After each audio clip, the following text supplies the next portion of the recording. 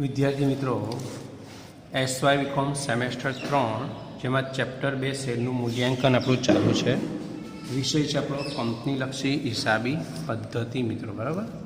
હવે એમાં આજે 24મા દાખલાની આપણે શરૂઆત કરીએ છીએ મિત્રો.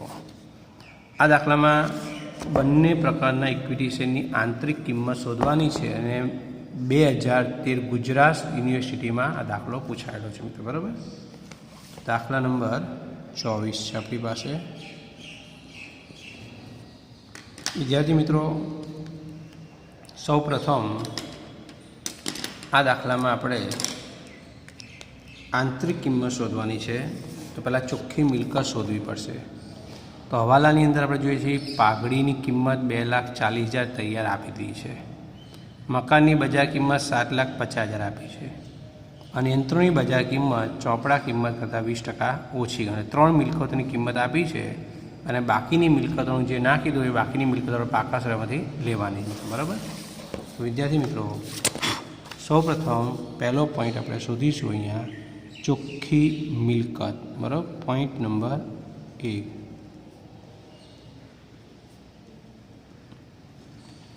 તેમાં પહેલાં આપણને વધારે ટેક્સ્ટબુક તમારી સાથે રાખજો એટલે વધારે સમજ પડે મિત્રો. આપણને પાઘડીની રકમ આપી છે 2,40,000 રૂપિયા. બરાબર.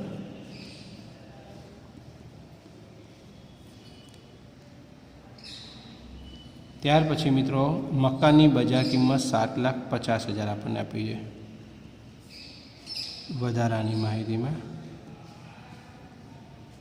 અને યંત્રો છે એની બજાર કિંમત 20% ઓછી ગણવાની છે.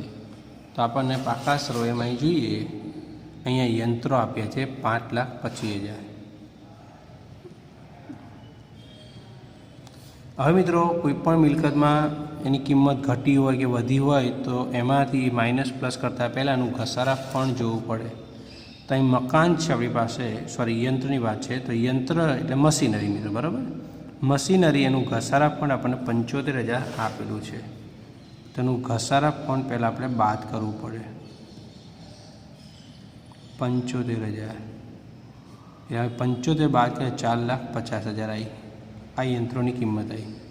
હવે આ યંત્રોની બજાર કિંમત એ ચોપડા કિંમત કરતાં 20% ઓછી. ચોપડા કિંમત એટલે આના ડાયરેક્ટ 20% કરી નાખવાના. 4,50,000ના 20% 45 દુ 90 એટલે 90,000 થશે મિત્રો. તમે 90,000 આપણે બાદ કરશું એટલે 3,60,000 આવશે. હવે મિત્રો આ દાખલામાં મકાનની બજાર કિંમત તૈયાર આપી હતી એટલે આપણે મકાનનું ઘસારા પણ બાદ કર્યો નથી. બરાબર. જે મિલકતની કિંમત તૈયાર આપી હોય એમાં ઘસારા પણ બાદ નહીં કરવાનું. જેમાં આવી ટકાની વધારો ઘટાડો કીધો હોય તો ઘસારા પણ બાદ કરવાનું. બરાબર. ધ્યાન રાખજો. હવે મિત્રો 3 મિલકતોનો આપણને વિગત હતી બધાને લખી નાખી. હવે બાકીની મિલકતો કઈ વધી તો જરા જોઈએ અહીંયા પાકા સરળમાં. મકાન આવી ગયું, યંત્ર આવી ગયા, પ્રાથમિક ખર્ચ અવાસ્તવિક મિલકત એ ના આવે. પછી આપણી પાસે સ્ટોક આપ્યો છે. હવે એની કોઈ વિગત વધારાની હતી નહીં આપણી પાસે એટલે સ્ટોક એનો એ 75,000 આપણે લખીશું. બરાબર. પછી દેવાદારો આપણી પાસે 4,80,000 અને રોકડ શિલ્લક છે આપણી પાસે 15,000. બરાબર. આ મિલકતોનો આપણે સરવાળો કરીએ મિત્રો. મિલકતોનો જે સરવાળો આવશે એમાંથી આપણે દેવા બાદ કરશું. બરાબર. 2,40,000 7 ને 8 9,90,000 થશે આ રકમ વત્તા 3,60 75,000 4,80 ને 15 એટલે 4,95,000 કરી નાખી ડાયરેક્ટ બે ટોટલ. એટલાનું ટોટલ આવશે 19,20,000 મિત્રો. બરાબર. અને એમાંથી આપણે બાદ કરશું દેવા જે પાકા સરવાળા તમને આપ્યા છે. બરાબર. ઘસારા પણ તો આપણે આવી ગયું. એક લેણદાર એક જ દેવું આપણને અહીં આપ્યું છે મિત્રો. એની કિંમત છે 5,10,000. એની બાદ બાકી આવશે 14,10,000 મિત્રો. આ દેવા બાદ કર્યા પછી એમાંથી આપણે શું બાદ કરીએ? પ્રેફરન્સ શેર મૂડી. આ ધ્યાન રાખજો ખાસ. તો પ્રેફરન્સ શેર મૂડી જે આપણને દાખલામાં મિત્રો આપી હશે તો લખશું. બરાબર. અહીં છે 12%ની પ્રેફરન્સ શેર મૂડી અને એની કિંમત છે 3 લાખ રૂપિયા. બરાબર. તો અહીંથી 3 લાખ રૂપિયા આપણે બાદ કરશું એટલે 11,10,000 આવશે। હવે મિત્રો આમાં ઇક્વિટી શેરનો હપ્તો બાકી હોય તો એ પ્લસ થાય। ઇક્વિટી શેરનો બાકી હપ્તો મિત્રો બરાબર। તો તમે જુઓ છો અહીંયા 6,000 ઇક્વિટી છે, દરેક રૂપિયા 100નો છે અને 60 ભરપાઈ છે એટલે એક શેરે 40 રૂપિયા બાકી છે। અને 30,000 ઇક્વિટી છે, દરેક 10નો। એમાં મિત્રો કેટલા ભરપાઈ નથી કીધું, પૂરેપૂરા ભરપાઈ, આમાં કંઈ બાકી નહીં હોય। પણ અહીંયા 100નો શેર છે અને 60 ભરપાઈ એટલે 40 રૂપિયા બાકી છે। એક શેરે 40 રૂપિયા, તારી પાસે કેટલા શેર છે? 6,000 શેર છે। તો 6,000 શેર અને એક શેરે 40 બાકી છે, 6 ચોક 24, 2,40,000 મિત્રો। 11 ને 2 13,40 ને 10 50, 13,50,000 આ આપણી ચોખ્ખી મિલકત આવી ગઈ મિત્રો બરાબર। હવે મિત્રો આપણે ઇક્વિટી શેરની આંતરિક કિંમત શોધવી છે તો એનું સૂત્ર છે આપણી પાસે। ઇક્વિટી શેરની આંતરિક કિંમત બરાબર ચોખ્ખી મિલકત છેદમાં ઇક્વિટી શેરની સંખ્યા। હવે મિત્રો ખાસ ધ્યાન રાખજો, આ જે સૂત્ર આપણે આગળ વાપરતા હતા એ ક્યારે સૂત્ર વાપરવાનું, તો બહુ મહત્ત્વનો પોઈન્ટ છે મિત્રો કે દાખલામાં બે શેરની મૂળ કિંમત સરખી હોય તો અહીંયા એક શેરની મૂળ કિંમત 100 રૂપિયા છે અને બીજા શેરની 10 રૂપિયા છે, તો આનો અર્થ એ થયો તમે ડાયરેક્ટ આ સૂત્રથી દાખલો ના ગણી શકો। તો તમારે શું કરવું પડે, તો જ્યારે બે શેરની મૂળ કિંમત શોધવી આપેલી હોય અલગ અલગ, ત્યારે તમારે આ જે ચોખ્ખી મિલકત છે એ ચોખ્ખી મિલકત એમાં ઇક્વિટી શેર અને જે અઇક્વિટી શેર અને બ ઇક્વિટી શેર, જે બે શેર છે તો બંનેના શેરની સંખ્યાના પ્રમાણમાં વહેંચવું પડે। એટલે એનું પ્રમાણ લાવવું પડે મિત્રો, તમારે ધ્યાનથી સમજો। તો એ શેર મૂડીનું પ્રમાણ, તો વિદ્યાર્થી મિત્રો આપણી પાસે બે શેર છે, અ શેર છે કેટલા? 6,000 અને એની ભરપાઈ મૂડી એટલે મને મૂળ કિંમત વડે ગુણવાનું, ભરપાઈ વડે નહીં। 6,000 ગુણ્યા 100 એટલે 6 લાખ રૂપિયા થાય એની મૂડી। અને બ ઇક્વિટી શેર છે 30,000, દરેક રૂપિયા 10નો એટલે 3 લાખ રૂપિયાના થયા। આ ઇક્વિટી શેર અને આ બે ઇક્વિટી શેર બરાબર। હવે આ બંને શેર છે એમાં 5-5 મીંડા જતા રહે, 6 અને 3 હજી નાનું કરી પ્રમાણે 3:1 થઈ જશે મિત્રો બરાબર। આના અડધા 3 ને આના અડધા, અને 3 1 3 ને 3 2 6 એવી રીતે મિત્રો બરાબર। 3 1 3 ને 3 2 6, સોરી 2 આવશે બરાબર। 6 ના અડધા મિત્રો થાય છે। તો આ રીતે 2:1નું પ્રમાણ આવ્યું। હવે મિત્રો આ પ્રમાણમાં તમારે આ ચોખ્ખી મિલકતને વહેંચી દેવાની, કંઈ લખવાનું, આ એકદમ નવો પોઈન્ટ તમારી પાસે। ઇક્વિટી શેરની ચોખ્ખી મિલકત કુલ 13,50,000 છે, એમાં આનું પ્રમાણ કેટલું છે? 2 અને છેદમાં કુલ પ્રમાણ કેટલું હશે? 3। 13,50,000 ભાગ્યા 3 ગુણ્યા 2 એટલે 9 લાખ આવશે મિત્રો બરાબર। અને બ ઇક્વિટી શેરની ચોખ્ખી મિલકત, તો કુલ ચોખ્ખી મિલકત કેટલી હતી? 13,50,000। બ ઇક્વિટી શેરનું પ્રમાણ કયું છે? 1 અને છેદમાં કુલ પ્રમાણ 3, અને 3 વડે ભાગી નાખે મિત્રો, એ 9માંથી 13 જાય એટલે 4,50,000 આવશે મિત્રો બરાબર। અને હવે તમે આ સૂત્રથી કરી શકો, તો માટે એ ઇક્વિટી શેરની આંતરિક કિંમત અને ચોખ્ખી મિલકત કેટલી આવી? 9 લાખ। બેની મૂળ કિંમત સરખી તો ડાયરેક્ટ શોધી નાખે બેના શેર ભેગા કરીને, પણ બેની મૂળ કિંમત જુદી હતી મિત્રો, એક 100નો હતો અને 10નો હતો, એટલે આપણે બેની અલગ મિલકત શોધવી પડી। તો કુલ મિલકતને આ પ્રમાણમાં વહેંચ્યું મિત્રો। 9 લાખ અને અઇક્વિટી શેરની સંખ્યા કેટલી છે આપણને પાકા સેમ આપી છે? 6,000। 3 0 જશે, 15 6 90 અને 0 એમની એમ એટલે 150 રૂપિયા મિત્રો। હવે આ 150 રૂપિયા મિત્રો, એમાંથી અઇક્વિટી શેર 100નો હતો, 60 ભરપાઈ હતો, પાકા સેમ તમને આપ્યું છે, એટલે એક શેરે 40 રૂપિયા બાકી હતા એના, એટલે એક શેરનો બાકી હતો 40 બાદ થશે, એટલે એની આંતરિક કિંમત કેટલી આવી? 110 રૂપિયા બરાબર। તો અઇક્વિટી શેર એની આંતરિક કિંમત 150 હતી, પણ એક સેલે 40 રૂપિયાના બાકી હતા. આપણે જોઈએ પાકા સરવાળામાં 100નો છે ને 60 ભરપા એટલે 40 બાકી છે, એટલે એની આંતરિક કિંમત 110. એ જ રીતે હવે બી ઇક્વિટી શેરની આપણે આંતરિક કિંમત શોધવી છે મિત્રો. તો બી ઇક્વિટી શેરની ચોખ્ખી મિલકત કેટલી લઈ? 4,50,000. આપણે સૂત્ર ઉપર લખેલું છે છેદમાં ઇક્વિટી શેરની સંખ્યા. તો પાકા સામ જોજો, બી ઇક્વિટી શેરની સંખ્યા આપણને આપી છે 30,000. 4 મીંડા જતા રહેશે, 45 3 વડે ભાગીશું એટલે 15 રૂપિયા આપણને જવાબ મળશે.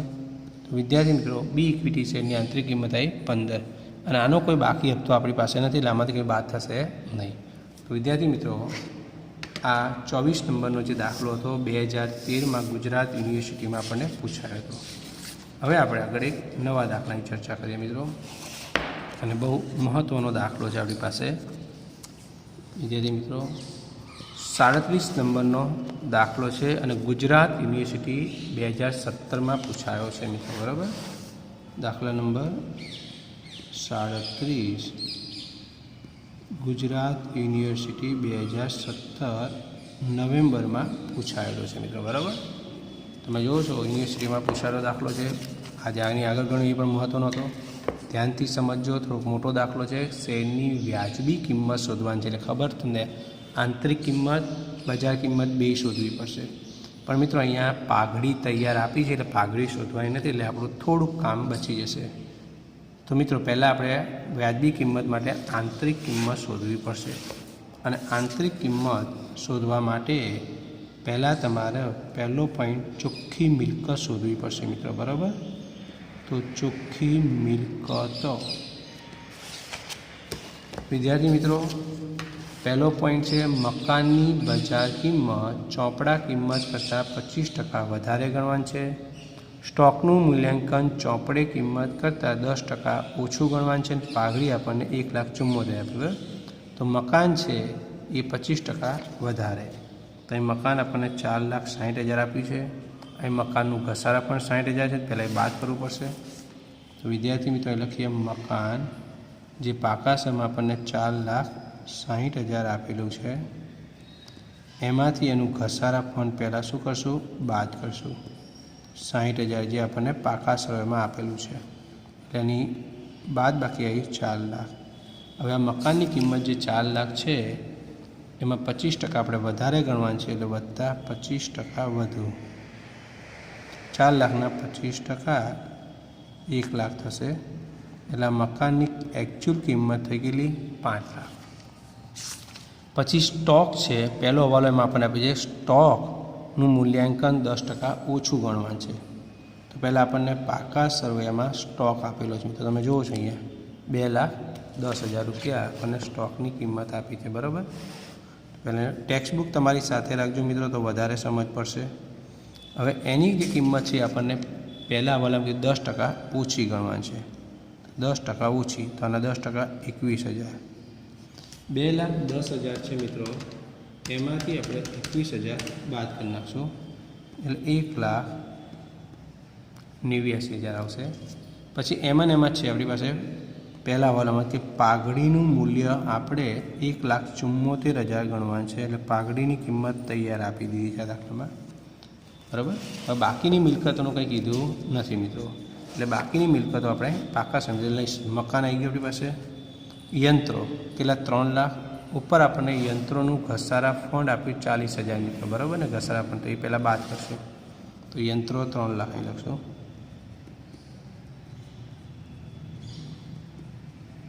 અને એનું ઘસારા ફંડ આપણી પાસે છે 40,000 ઉપર દેવામાં આપેલું, બરાબર. એટલે 2,60,000 યંત્રો. પાઘડી આવી ગઈ. હવે મિત્રો આપણી પાસે અહીંયા રોકાણો છે, પણ જ્યારે આપણે ચોખ્ખી મિલકત શોધતા હોય ત્યારે ધંધાકીય બિન ધંધાકીય બધા રોકાણો આવી જાય. તો અહીં લખશું 10%ના રોકાણો. એની બજાર કિંમત આપણને 1,20,000 આપી છે, તો આપણે બજાર કિંમત લેવાની છે મિત્રો. આ ધ્યાન રાખજો, પોઈન્ટ મહત્ત્વનો હતો. ગૌણ કંપનીના શેર 60,000.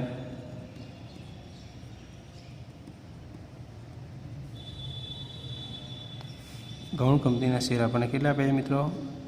60,000, બરાબર. પછી प्राथमिक खर्च आपने आपे अवास्तविक मिलकत आवे नहीं। स्टॉक आई गयो अपनी पास मित्रों। देवादारों अपनी पास है 2,50,000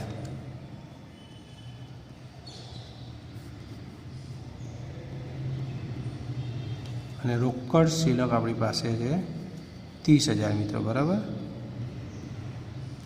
આ બધી મિલકતોનો આપણે સરવાળો કરી નાખીએ। પહેલાં 5 ને 6,89,000 મિત્રોનો સરવાળો 6,89,000, પછી આ 1,74,000, 2,60, 2 ને 3 80 થઈ જશે, 60,000 અને 2,35 એટલે 2,80 એટલે કુલ 15,83,000 આપણી પાસે કુલ મિલકતો આવશે મિત્રો બરાબર। એમાંથી આપણે બાદ કરશું મિત્રો દેવા બરાબર। હવે હવાલામાં કોઈ દેવાની વાત નથી કરી એટલે આપણે અહીંથી લેવાનું મિત્રો। તો દેવામાં આપણી પાસે એક બેંક લોન છે 1,00,000 રૂપિયા,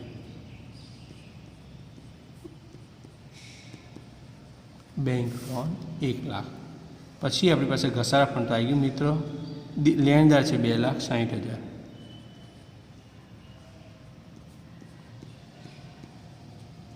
એટલે 3,60,000 આપણું દેવું થયું મિત્રો।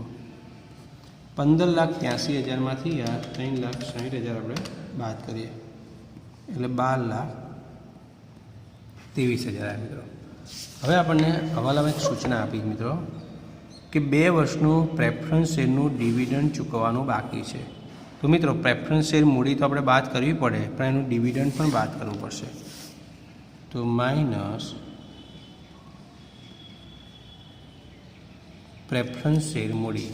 તમે પાકા સામાં જોઈ શકો છો મિત્રો, તમને પ્રેફરન્સ શેર મૂડી 2,00,000 રૂપિયા આપી છે। પહેલાં બાદ કરી નાખીએ એટલે બાદ બાકી હશે 10,23,000 અને એમાંથી 2 વર્ષનું પ્રેફરન્સ શેરનું ડિવિડન્ડ। હવે વિદ્યાર્થી મિત્રો તમે જોવો છો એ બુકમાં કે પ્રેફરન્સ શેર મૂડી 2,00,000 છે અને 12%ની છે। 2,00,000ના 12% 24,000 રૂપિયા થાય મિત્રો, પણ એ 1 વર્ષના 24,000 થાય। તો આપણે 2 વર્ષનું કરવાનું છે એટલે 24,000ને 2 વડે ગુણીએ તો 48,000 થશે મિત્રો બરાબર। તો આમાંથી 48,000 આપણે બાદ કરીએ એટલે 9,75,000 રૂપિયા આપણને એની બાદ બાકી મળશે મિત્રો બરાબર। તો આ 9,75,000 એ આપણી ચોખ્ખી મિલકત આવી મિત્રો। હવે વિદ્યાર્થી મિત્રો તમારે ઇક્વિટી શેરની આંતરિક કિંમત શોધવાની છે। તમે જુઓ છો અહીંયા કે 10 રૂપિયાનો એક એવો ભરપાઈ શેર આપણને આપે 5,00,000। હવે શેરની સંખ્યા નથી આપી મિત્રો, તો આ શેર મૂડીને એની ભરપાઈ મૂડી વડે ભાગવાનું। 5,00,000ને 10 વડે ભાગીએ એટલે 50,000 આવે। તો ઇક્વિટી શેરની સંખ્યા કેટલી આવી? 50,000 બરાબર। તો આપણે એની આંતરિક કિંમત શોધવી છે, તેનું સૂત્ર લખીએ। ઇક્વિટી શેરની આંતરિક કિંમત બરાબર ચોખ્ખી મિલકત છેદમાં ઇક્વિટી શેરની સંખ્યા। ચોખ્ખી મિલકત કેટલી મિત્રો? 9,75,000 અને ઇક્વિટી શેરની સંખ્યા કેટલી આવી? તો આપણે જોયું 50,000 એની સંખ્યા હતી મિત્રો બરાબર। પાકા સરવૈયામાંથી આપણે બનાવી આ 9,75,000ને આપણે 50,000 વડે ભાગી નાખીએ એટલે 19.5 રૂપિયા એની આંતરિક કિંમત આવી। હવે શેરનો હપ્તો બાકી હોય તો એક શેરની જે કિંમત બાકી બાદ થાય, પણ આમાં શેરનો હપ્તો બાકી નથી એટલે આ જ એની આંતરિક કિંમત થઈ ગઈ। તો વિદ્યાર્થી મિત્રો તમે જોયું કે આપણો પહેલો ટૉપિક જે આંતરિક કિંમત શોધવાનો હતો એ પોઈન્ટ આપણે શોધી નાખ્યો। હવે તમારે બીજો પોઈન્ટ છે ઇક્વિટી શેરની બજાર કિંમત શોધવાની છે। વિદ્યાર્થી મિત્રો બજાર કિંમત શોધવા માટે આપણે થોડું કામ કરવું પડશે, એની થોડી ગણતરી કરવી પડશે। એનો પહેલાં અભ્યાસ કરી લઈએ મિત્રો। બીજો પોઈન્ટ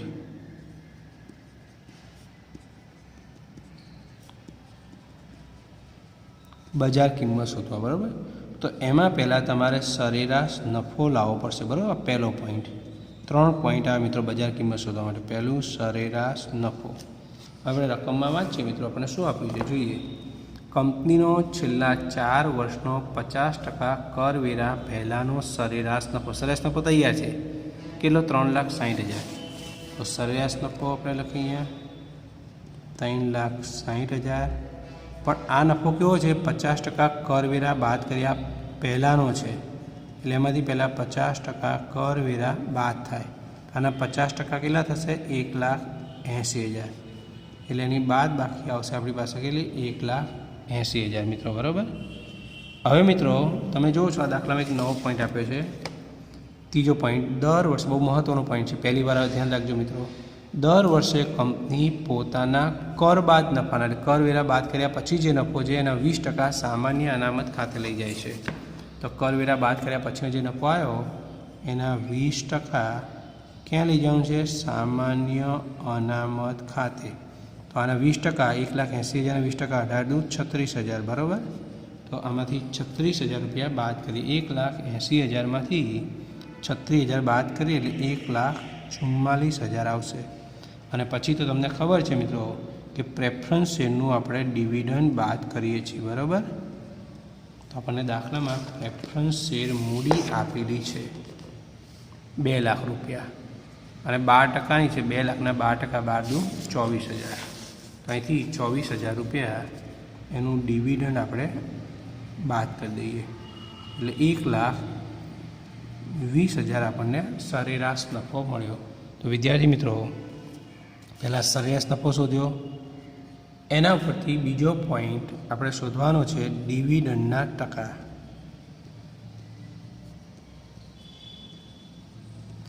તેનું સૂત્ર હવે તમને યાદ રહી ગયું હશે મિત્રો. સરેરાશ નફો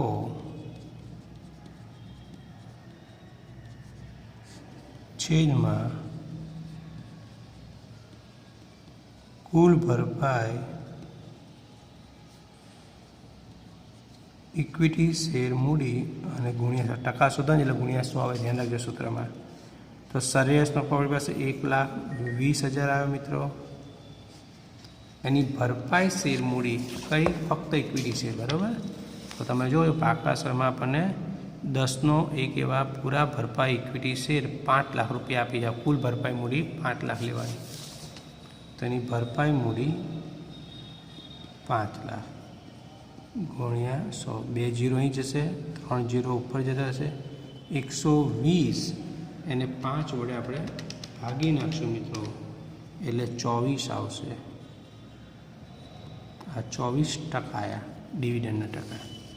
અને મિત્રો તમારે બજાર કિંમત શોધવા માટે 3 પોઈન્ટ કરવા પડે. પહેલો પોઈન્ટ સરેરાશ નફો, બીજો પોઈન્ટ ડિવિડન્ડના ટકા અને ત્રીજો પોઈન્ટ જે આપણે શોધવાનું છે બજાર કિંમત, બરાબર. તેનું સૂત્ર લખીએ. બજાર કિંમત બરાબર ડિવિડન્ડના ટકા છેદમાં અપેક્ષિત વર્તનનો દર ગુણ્યા શેર દીઠ ભરપાઈ મૂડી.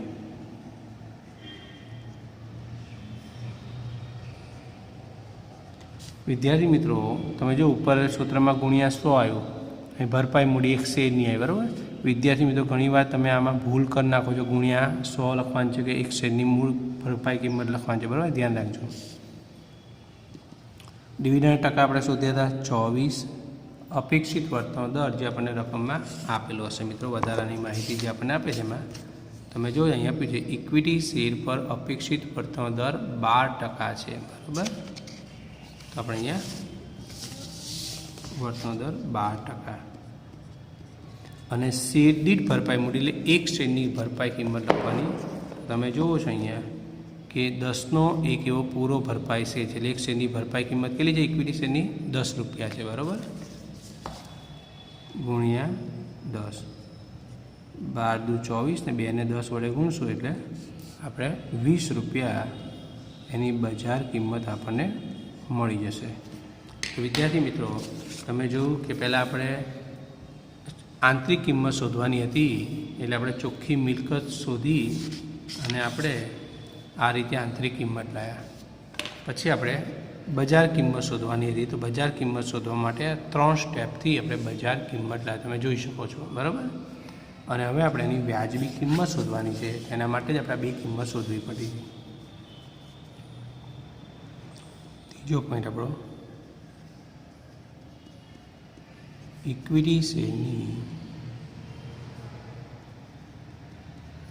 વ્યાજબી કિંમતનું સૂત્ર છે આપણી પાસે. ઇક્વિટી શેરની આંતરિક કિંમત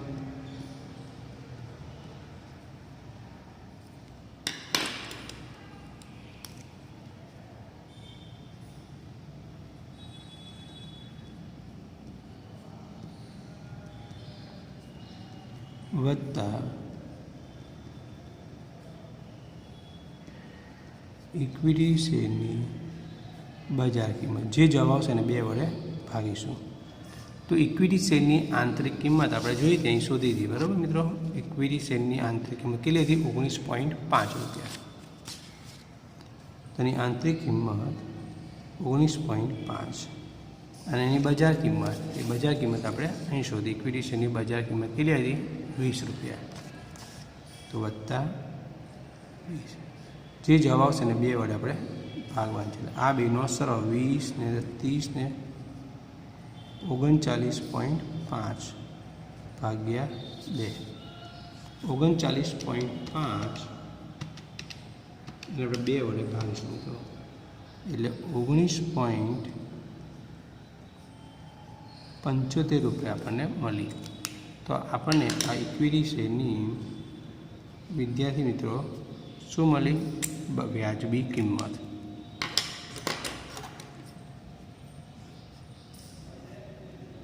વિદ્યાર્થી મિત્રો બહુ જ ધ્યાનમાં રાખવા જો એક ટૉપિક આપણે આ દાખલામાં શીખ્યા, જે આપણા માટે એકદમ નવો પોઈન્ટ હતો કે આ દાખલામાં સામાન્ય અનામત આપ્યું છે. મિત્રો બજાર કિંમત શોધીએ ત્યારે સરેરાશ નફો હોય, એમાં જો આપણને વધારાની માહિતી, જેને આપણે હવાલા કહીએ છીએ, એમાં જો સામાન્ય અનામત કીધું હોય તો અહીં બાદ કરવાનું. તમને પાકા સરવાળામાં જે સામાન્ય અનામત આપ્યું એ કોઈ દિવસ અહીંથી બાદ કરવાનું નથી. આ ધ્યાન રાખજો મિત્રો, બરાબર. હવાલામાં કીધું હોય તો જ અહીં સામાન્ય બાદ થાય. અને એક બીજી વાત કે મિત્રો આપણે આ ચેપ્ટરમાં પાઘડી શોધવાની હોય છે અધિક નફાથી. તો એમાં આપણે સરેરાશ નફો શોધીએ છીએ એમાં પણ. તો જ્યારે પાઘડી શોધવાની હોય એટલે પાઘડીને આપણે અધિક નફાથી દાખલો ગણીએ. ધ્યાનથી સાંભળી લેજો, નોટ કરવી હોય તો કરી લેજો મિત્રો, કે તમારે જ્યારે પાઘડી શોધવાની છે અધિક નફાથી, ત્યારે ત્રીજા નંબરનું સ્ટેપ તમારું જે સરેરાશ નફો આવે છે એ સરેરાશ નફો શોધતા હોય ત્યારે આ જે સામાન્ય અનામત ખાતે જે લઈ જવાનું છે એ બાદ કરવાનું નથી. આ ધ્યાન રાખજો મિત્રો ખાસ, આ ભૂલ ના થાય. મિત્રો તમારે બજાર કિંમત શોધવાની હોય એના માટે જ્યારે સરેરાશ નફો શોધતા હોય તો આ હવાલાનું સામાન્ય અનામત બાદ કરવાનું. પણ પાઘડી શોધવા માટે જ્યારે સરેરાશ નફાની જરૂર પડશે ત્યારે આ સામાન્ય અનામત જે હવાલાનું છે એ બાદ કરવાનું નહીં. મિત્રો કોઈ દાખલા, આ દાખલામાં તો આપણા નસીબ સારા હતા કે આપણને પાઘડી તૈયાર આપી હતી એટલે આપણે સીધી લખી નાખી હતી. પણ જો આ દાખલામાં પાઘડી શોધવાની હોય તો હું આ સરેરાશ નફો છે એમાંથી કરવેરા અને ડિવિડન્ડ 2 જ વસ્તુ બાદ કરે પાઘડીના નફા માટે. બજાર કિંમત માટે તો આનો પોઈન્ટ આખો આવશે, બરાબર. તો વિદ્યાર્થી મિત્રો આ એક બહુ જ મહત્ત્વનો સમજવા જેવો તમારા માટે એક પોઈન્ટ હતો. બીજી એક વાત તમને ખાસ એ કરીશ કે આપણે અહીંયા જે મકાન છે એ મકાનનું ઘસારા ફંડ આપણે બાદ કર્યું મિત્રો, બરાબર. કારણ કે એની કેટલા ટકા કિંમત વધુ છે ઓછી છે ટકા આપણને આપ્યા હતા એટલે બાદ કરવું પડે. પણ જો કોઈ મિલકતની તમને વધારાની માહિતી હવાલામાં નવી કિંમત તૈયાર જ આપી દીધી હોય તો ઘસારા ફંડ બાદ કરવાનું નથી, બરાબર. તો આ એક પોઈન્ટ તમે બીજો એક સમજ્યા મિત્રો, બરાબર. બીજું આપણે ડાયરેક્ટ ચોખ્ખી મિલકત શોધીએ છીએ મિત્રો, એટલે બધી જ મિલકતો આવી જાય. એમાં પછી ધંધાકીય રોકાણ હોય કે બિન ધંધાકીય રોકાણો, એ બધા રોકાણ આવી જાય. જો આપણે પાઘડી શોધવાની હોય તો એમાં પહેલો પોઈન્ટ રોકાયેલી મૂડીમાં આ રીતે મિલકત માઇનસ દેવા કરીએ છીએ. પણ એ રોકાયેલી મૂડી માટે જે મિલકત લઈએ એમાં ફક્ત ધંધાકીય રોકાણો આવે, બિન ધંધાકીય રોકાણો ના આવે, બરાબર. તો વિદ્યાર્થી મિત્રો આ બધા જે પોઈન્ટ હું તમને કહું છું એ બધા પોઈન્ટ તમારી નોટમાં વ્યવસ્થિત લખી રાખજો, જેથી કરીને તમે કોઈ કન્ફ્યુઝ ના થાય. કે જેમ જેમ દાખલા આગળ તમે ગણશો તો બધામાં કંઈક જુદું હશે, તમે કન્ફ્યુઝ થશો. એટલે વિદ્યાર્થી મિત્રો આ બધા નિયમ છે એ ક્લિયર કટ હું તમારી પાસે કરું છું કે જેથી કરીને તમારે કોઈ ભૂલ થાય નહીં. તો વિદ્યાર્થી મિત્રો આ 2017નો પૂછાયેલો 37 નંબરનો આપણે દાખલો ગણ્યો. અને આગળ મિત્રો આપણે જે દાખલો ગણ્યો એ પણ ગુજરાત યુનિવર્સિટીમાં પૂછાયેલો દાખલો હતો, બરાબર, 24 નંબરનો. તો બંને દાખલા આજે આપણે કર્યા જે યુનિવર્સિટીના પૂછાયેલા હતા. વિદ્યાર્થી મિત્રો, બીજા બુકમાં તમને દાખલા આપ્યા છે, એની થોડીક વધારે પ્રેક્ટિસ કરજો. Okay, thank you.